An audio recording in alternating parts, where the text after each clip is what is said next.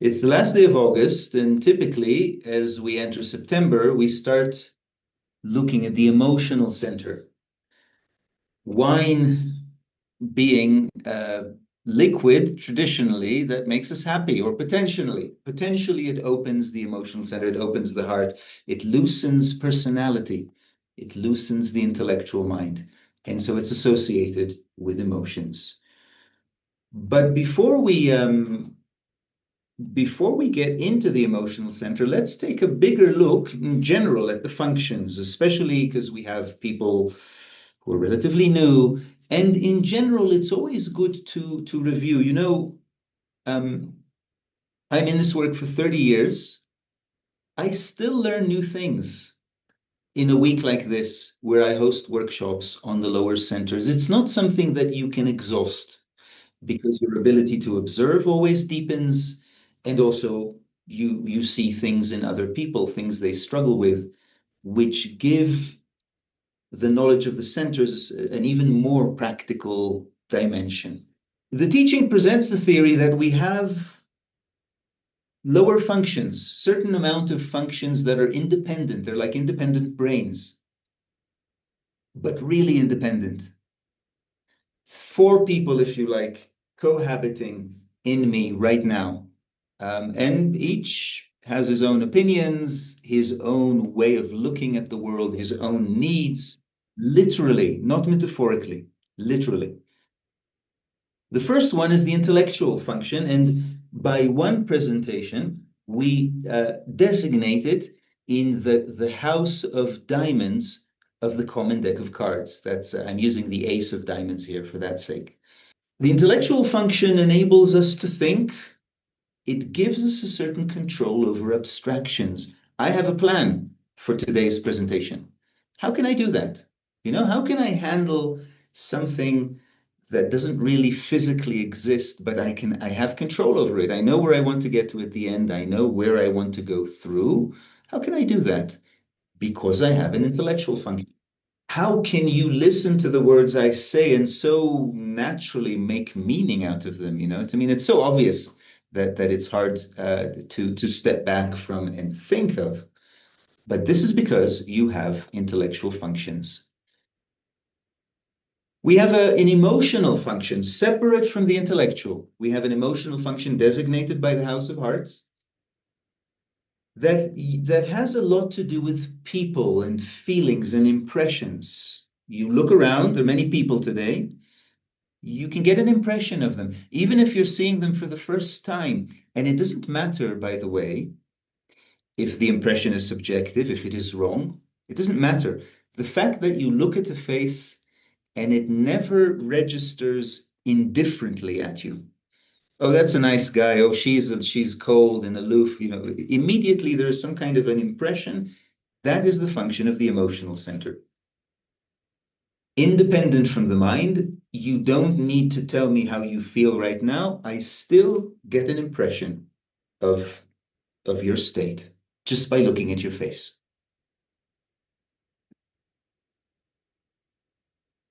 We have a moving function designated by the House of Spades. This is a little easier to understand. Of course, the fact that I have control over my hands, over my jaw, sitting forward, sitting backwards. I can stand up and go to my kitchen. I can enter my car and drive a million places because I have a moving center. Again, it is so obvious that we don't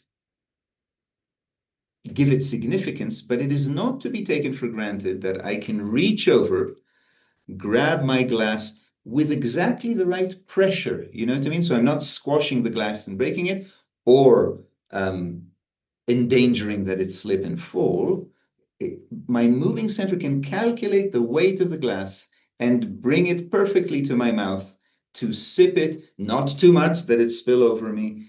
All these little abilities are thanks to the fact that I have a moving center, and of course, many more complicated, sophisticated physical abilities. They're performed by the moving function. And then we have an instinctive function designated by the House of Clubs, which monitors and aims to sustain equilibrium in my physical body all the time. I feel a little, so for example, how do we breathe? Why do we breathe?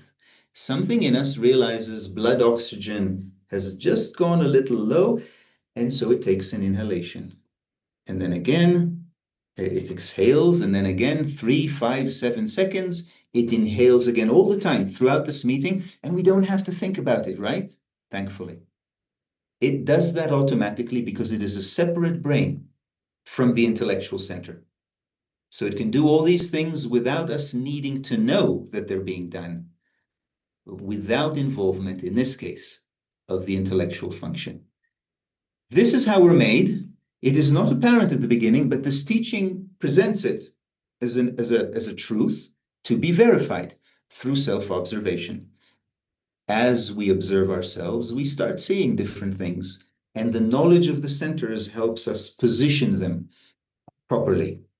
However, for the sake of self-observation, this is not enough for a specific reason that these functions are intermingled. I like using this image from an illuminated manuscript. It's of a cosmos. We are a cosmos. It has different elements. You notice fire and water and earth, but they're mixed together. They're not independent. And the same applies to our functions. It is very rare, or it would be very unusual, to have a thought with no emotion whatsoever associated with it. It would be very unusual to have an emotion with no influence whatsoever on my posture, on my moving function. So you see, you cannot really just observe emotions or just observe thoughts. You have to learn to observe them all. And this intermingling, this interconnectedness creates what we call subdivisions, so that we no longer look at them as just 4 houses, diamonds, hearts, spades, and clubs, but we further subdivide them into a moving instinctive part of each house, an emotional part of each house, and an intellectual part of each house. If you are new to this teaching, if this diagram is relatively new or brand new to you, do not worry. Through work together and observation and comparing what we see, little by little, we form a very personal understanding with almost each of these parts. Eventually, actually, with each of them. Some sooner, others later. If I did not have a mechanical part of an intellectual center, I could never speak so fluently right now and convey my ideas so fluently without any, or hardly, with hardly any pauses. Occasional pauses. Occasionally, I have to find the right word. I have to pay a little more attention to what I'm saying, but most of the time it's flowing quite fluently because I have a moving part, like this carriage, like these wheels, of the intellectual center.